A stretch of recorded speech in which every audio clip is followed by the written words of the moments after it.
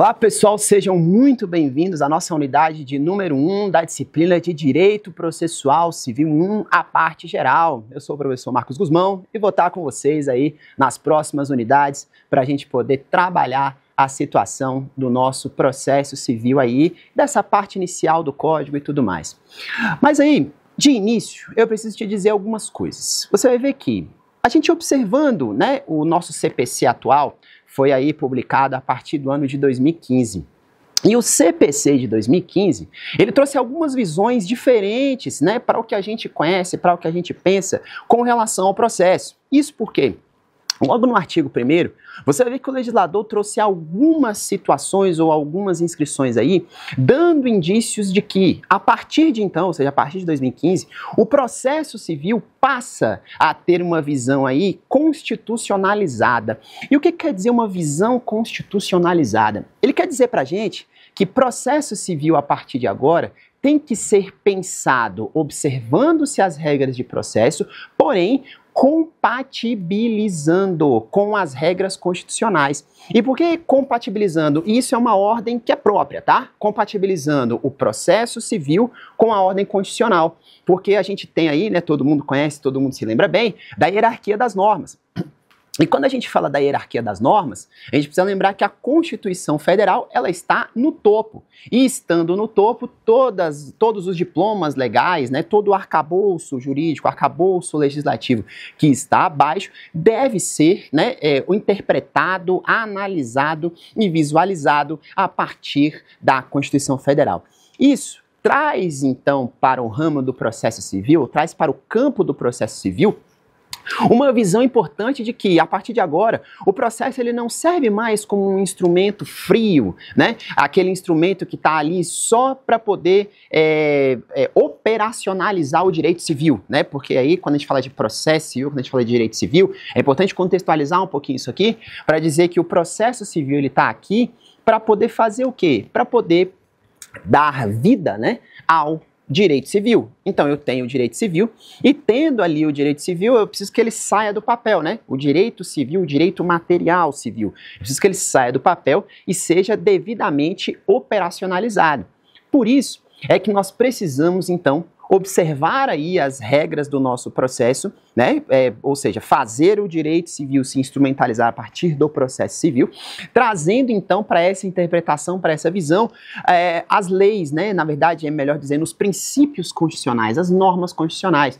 E aí você começa a pensar, por exemplo, em situações como Fundamentos da República Federativa do Brasil, que o principal deles é a dignidade da pessoa humana. Quando a gente fala da dignidade da pessoa humana, você vai perceber que como é que eu trato a dignidade da pessoa humana dentro do processo civil? Eu posso te dar inúmeros exemplos, mas eu vou te falar um aqui para poder ficar claro para você, que é um exemplo mais evidente. Quando a gente fala então de dignidade da pessoa humana dentro do processo civil, será que eu pensar que o processo deve andar de forma mais célere, mais rápida, a depender do tipo de situação da pessoa que está ali provocando o judiciário? E pensando sobre a dignidade da pessoa humana, por exemplo, pensa numa pessoa com deficiência, uma pessoa idosa. Será que a gente está falando de uma situação em que eu preciso que o processo ande mais rápido para que eu entregue dignidade a essa pessoa? Não só para não mantê-la ali num estado emocional ruim enquanto chega a solução judicial em relação a isso aí, mas também para que eu apresente uma solução em tempo, para que eu apresente uma solução para que aquela pessoa que buscou o poder judiciário possa, então, usufruir daquele direito ali que foi declarado, foi reconhecido ou foi concedido, certo? Então, você vai ver que o processo civil atualmente traz essa visão, né? O Código de Processo Civil de 2015 traz essa visão muito forte para os processos, para os procedimentos e assim por diante. E a partir daqui, outros princípios constitucionais aplicáveis ao processo começam a ser, né, desenvolvidos e principalmente pensados de outra maneira. Fazendo uma comparação com o CPC que a gente tinha em 1973 para o CPC que a gente tem em 2015, você vai ver o seguinte, bom, eu tinha lá, vamos falar do mesmo princípio constitucional que é o devido processo legal. Ok, Então a lei fala que ninguém será privado, na verdade a lei constitucional, né? A Constituição Federal fala que ninguém será privado de seus bens, nem da sua liberdade, sem o devido processo legal. Isso significa que quando a gente conversa sobre a expressão devido processo legal, ele quer dizer para mim que eu tenho que observar a situação do processo, fazer com que, beleza, chegar lá no final ele vai ter um resultado, vai perder bem, vai perder liberdade. Aqui no ramo do processo civil vamos falar mais de bens. Então vai perder os bens? Ok, pode até perder, desde que eu consiga, observando essa situação, seguir as regras processuais, ou seja, o devido processo legal. Se o Código de Processo Civil chegou para mim e disse que os atos que se seguem, né, os atos processuais são esses, são aqueles, eu vou seguindo aquele ato processual até então chegar ao resultado, que pode ser, por exemplo, determinar a perda de um bem ou não, determinar a obrigação de fazer, obrigação de não fazer, obrigação de se abster e assim por diante. Mas eu preciso que o processo seja devidamente obedecido. E aí você vai ver uma outra mudança, que é um princípio que é corolário, né? Que ele se desenvolve a partir do devido processo legal, é uma coisa que a gente chama de celeridade. A celeridade, ela é um princípio aí que está sempre presente no ramo do processo, dos processos como um todo, o processo penal, o processo civil, o processo do trabalho, a celeridade.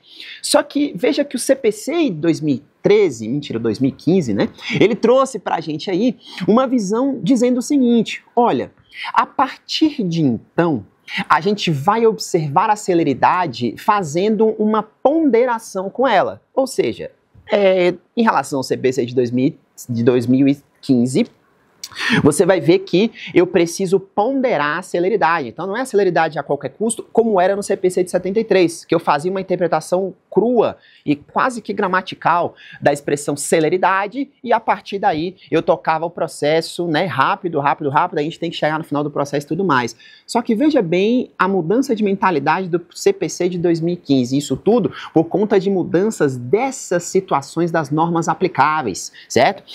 A partir daqui surge então um processo civil que tem que ser célere, mas ser célere a partir de agora quer dizer que ele vai ser rápido, mas nós precisamos, né, ou mas não tão rápido a ponto da gente, por exemplo, atropelar garantias fundamentais, da gente não conseguir efetivar direitos, certo? Então a partir daí você começa a perceber então uma celeridade, vamos colocar um nome aqui como se gosta muito de usar na doutrina, uma celeridade mitigada, ou uma celeridade temperada, que eu vou chamar aqui agora. Por quê? Tem que ser rápido, mas não sem deixar de obedecer regras de processo, não sem deixar de obedecer os princípios constitucionais, principalmente a dignidade da pessoa, mas também outros, e observar que ao final eu vou chegar com uma solução que foi obtida no tempo mais razoável possível dentro da visão que a gente tem aí de um processo civil célere, porém que respeite garantias fundamentais e assim por diante, tá? Seguindo um pouquinho mais aí, e aí conversando um pouquinho sobre a aplicabilidade das normas processuais, é muito importante a gente observar um ponto aqui em que a gente visualiza das normas processuais, inclusive é um ponto comum das normas processuais, né? Até quando a gente vem da teoria geral do processo e passa, por exemplo, para o processo civil, né? As primeiras linhas do processo civil, as primeiras linhas do processo penal, as primeiras linhas do processo do trabalho, você vai perceber que as normas processuais, elas têm uma forma de aplicabilidade diferente das normas materiais, né? Eu diria o Código Civil, o Código Penal, né? A consolidação das leis do trabalho. Veja que aqui no Código de Processo Civil, ou seja, para a lei processual, a partir de então, eu preciso agora, né, eu devo aí obediência ao chamado princípio do tempus regit actum. O que quer dizer tempus regit actum? É um nome em latim que ele quer dizer para mim que é o tempo que rege o ato. Como assim? É que eu vou praticar o ato processual exatamente de acordo com a norma que estiver vigente na época da prática desse ato processual. É isso mesmo. E a norma processual que tiver passado, já passou. Porém, mantendo-se válidos todos os atos que já tiverem sido praticados de acordo com a norma anterior. Então, veja bem, comparação fácil. Eu tinha o CPC de 1973, que vigorou aí até um pedacinho de 2015. Enquanto o CPC de 2015 não entrou em vigor, você vai ver que eu tinha as ações, né, os processos, caminhando de acordo com as regras do CPC de 73. Ocorre que quando surgiu o CPC de 2015, aí eu precisei fazer uma ponderação no seguinte sentido, falar, bom, quais são os processos que estão tramitando e quais são os processos que já tramitaram? Já tramitaram quer dizer, já estão com o trânsito em julgado. Agora veja, para aqueles processos que ainda não estavam com trânsito em julgado, ou seja, independente da fase, estava na fase, né, do conhecimento, ali, fase da primeira instância, estava na fase da segunda instância, né, grau de recurso, estava na fase das instâncias superiores, né, STJ, STF, ok. Para esses processos, a norma processual civil, ela entra em vigor imediatamente com o processo em curso. Então isso aqui, muita gente às vezes até se debate aí com a dificuldade de pegar essa ideia aqui, mas note que quando a gente fala de norma processual, a gente tem que observar que nós estamos tratando de uma norma que vem para nós com o sentido de que assim que ela entra em vigor, a gente então coloca essa norma para tramitar, né? No caso, para fazer com que os processos passem a tramitar de acordo com ela. Então essa aplicabilidade da norma processual é muito importante da gente observar, é muito importante da gente analisar, exatamente porque ela vai ao contrário, ou ela faz um contraponto, digamos assim, com as normas de direito material. Lá no Código de Processo Penal é da mesma maneira, no Código de Processo Civil que nós estamos tratando é da mesma maneira, e no Código, né, na parte do processo trabalhista, nós também temos essa visão.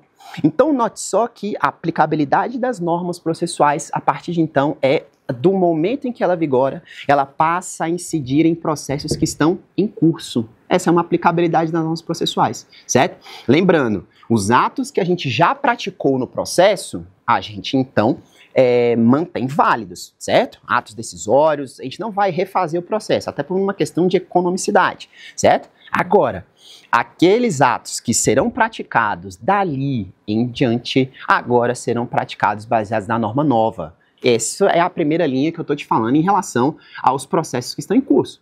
E para os processos que não estão em curso? Bom, o que quer dizer? Já transitaram em julgado, né? Não estão mais em curso. A partir de agora, você vê que o Código de Processo Civil, ele contempla tanto uma parte de conhecimento, que é aquela parte da ação de fato rodando, quanto uma parte executiva, uma parte de efetivação. E o que isso quer dizer? Isso quer dizer que aquela parte de efetivação, a partir de então, ela vai tramitar de acordo com a norma processual civil nova. Mas aquela parte que já tramitou sobre esse aspecto está devidamente encerrada. Então veja, faz aqui a comparação CPC 73, CPC 2015. CPC 73, o processo de conhecimento rodou todo de acordo com o CPC de 73, transitou em julgado. Bom, mas e agora? Como é que a gente vai efetivar a sentença? Como é que a gente vai fazer valer a sentença? A gente vai fazer valer a sentença a partir de agora, baseado no CPC de 2015, a partir do momento que ele for modificado, né? Como eu falei para você, o CPC tem uma parte aí executiva, né? Que a gente chama de cumprimento de sentença, certo? E aí, por fim, algo que eu preciso te contar, algo que eu preciso te dizer, é que no início a gente falou sobre a constitucionalização do processo civil. E essa constitucionalização, ela vem trazer uma outra visão também para o processo civil, que alguns por aí estão chamando de uma visão multiportas. O que quer dizer visão multiportas? Antes, eu tinha no CPC e nas normas de natureza processual civil, situações em que eu observava que só a conciliação era possível. Então, eu ia para a audiência, tentava um acordo, eu não tinha ali a presença de alguém que de alguma maneira pudesse eventualmente impor isso, e então, se tinha acordo, a gente fazia o acordo. Se não tinha um acordo, o processo segue, e aí a gente vai resolver no ato de sentença lá no final. A partir do CPC de 2015, ele traz outras visões para que a gente tenha aí, por isso que chama visões multiportas. Porque a partir de agora, eu começo a ter figuras como a arbitragem, eu começo a ter figuras como a mediação, certo? Veja que, e continuo tendo, obviamente, a conciliação. De repente é até mais recomendável, né? Na ideia da arbitragem, porque ela vem diretamente da vontade das partes, né? As partes conversam ali, então elas resolvem entre si e tá tudo ok.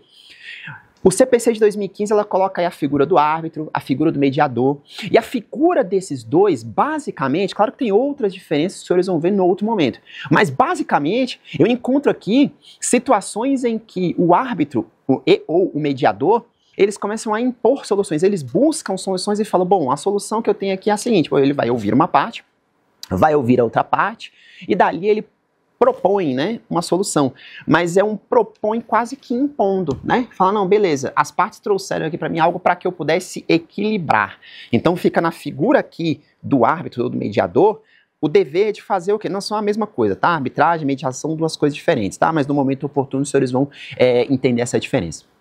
Mas aí veja que a partir de então, dentro dessa ideia de equilíbrio que eu estou vendo aí, bom, eu tenho lá uma situação, por exemplo, jurídica que está desequilibrada. O que o nosso mediador, o que o nosso árbitro vai fazer? Ele vai trazer uma solução para que eu possa colocar a situação ali no pé de igualdade, é isso? Colocar ali no mesmo nível, equilibrar mesmo, de fato. Certo?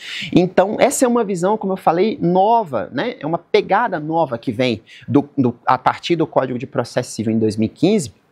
Para quê? Para que a gente busque, então, uma solução consensual de conflitos, né? Esse é que é o segredo, a partir de agora, do nosso CPC, né? Solução consensual. Aqui a gente está tentando evitar o conflito, aqui o CPC de 2015, a gente diz aí que é um CPC mais good vibes, digamos assim, ou seja, a gente está tentando aqui resolver as questões mais na base do consenso do que na base do litígio. Se tiver que resolver no litígio, a gente vai resolver, mas se a gente puder evitar o litígio, essa é a visão, a partir de agora, do nosso CPC. Certo? E aí, você vê que o CPC, ele vem evoluindo, na verdade o processo civil agora, né? Não o CPC propriamente, mas o processo civil, ele vem evoluindo numa vertente que é o seguinte, ele tem uma fase que é chamada aí de fase instrumental, em que o CPC, ele era como se fosse uma letra morta, na verdade ele era em conjunto com a lei material, e era só isso. Ele ali em conjunto com a lei material, pronto, fim, acabou, era isso que eu tinha. Passa para uma segunda fase em que eu começo a ver uma dissituação, eu começo a ver, uma dissuasão, né? Na verdade eu começo a separar o que é processo civil do que é direito civil. Então, a partir de então, aquela etapa que era grudada, eu começo então a estudar as duas coisas separadamente. Uma coisa é direito civil, a outra coisa é processo civil. A partir de então, mexe no sistema, muda a visão que a gente passa a ter da norma processual a partir de agora. E hoje, a visão que a gente tem é aquela que eu te falei no início, do processo civil constitucionalizado. É que eu, a partir de agora, eu entendo o processo civil em harmonia com o direito civil e ambos fazendo o quê? Buscando atender o sentido da Constituição Federal, certo? Essa é a visão.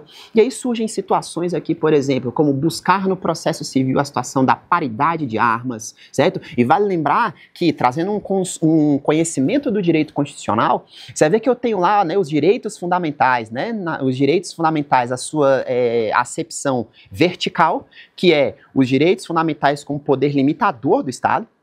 Eu tenho lá uma acepção horizontal, aonde eu vou perceber que principalmente como é comum aqui no processo civil, são problemas entre dois particulares. Então, eu respeito os direitos fundamentais da outra parte e a outra parte respeita meus direitos fundamentais. Então é uma acepção horizontal, a gente não tem hierarquia, a gente está no mesmo nível. E aí a doutrina mais moderna do processo civil vai entender como uma acepção diagonal, que é quando a gente está falando aí de direitos dos hipossuficientes ou dos chamados direitos de vulnerabilidade, como por exemplo o direito do consumidor. Por que diagonal? Porque agora eu tenho aqui do outro lado um poderio, né, econômico, um poderio jurídico, um poderio social maior, que é, por exemplo, da empresa, e aqui do outro lado eu tenho um consumidor que é pequenininho.